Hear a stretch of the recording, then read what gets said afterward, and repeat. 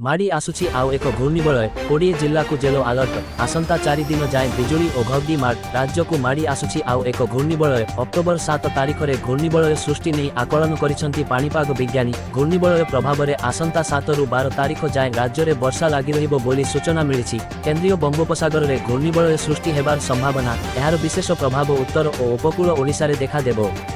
October 9 तारिख में उत्तर बंगोपसागर में आउ एक लघुचाप संभावना रही नहीं भारतीय पाणीपाग आकलन करिछि।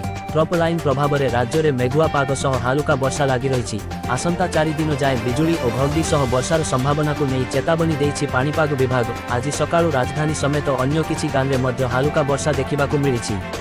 आज बिजुली घड़घड़ी सह वर्षार संभावना को नहीं 20 जिला को हलदिया चेतावनी देछि विभाग। ओडिशार जिला गंजाम, गजपति, नयागढ़, खोर्धा, पुरी, जगतसिंहपुर, केन्द्रापड़ा, कटक, अनुगुल, ढेंकानाल, जाजपुर, भद्रक, बालेश्वर, मयूरभंज, केन्दुझर, देवगढ़, संबलपुर, बरगढ़, सुंदरगढ़ और झारसुगुड़ा को जेलो वार्निंग दिया जाइछि। उत्तर आभ्यंतरीण और उपकूल ओडिशार जिला गंजाम, गजपति, नयागढ़, खोर्धा, पुरी, जगतसिंहपुर, केन्द्रापड़ा, कटक, अनुगुल, ढेंकानाल, जाजपुर, भद्रक, बालेश्वर, मयूरभंज, केन्दुझर, देवगढ़, संबलपुर, बरगढ़, सुंदरगढ़ और झारसुगुड़ा को जेलो वार्निंग दिया जाइछि।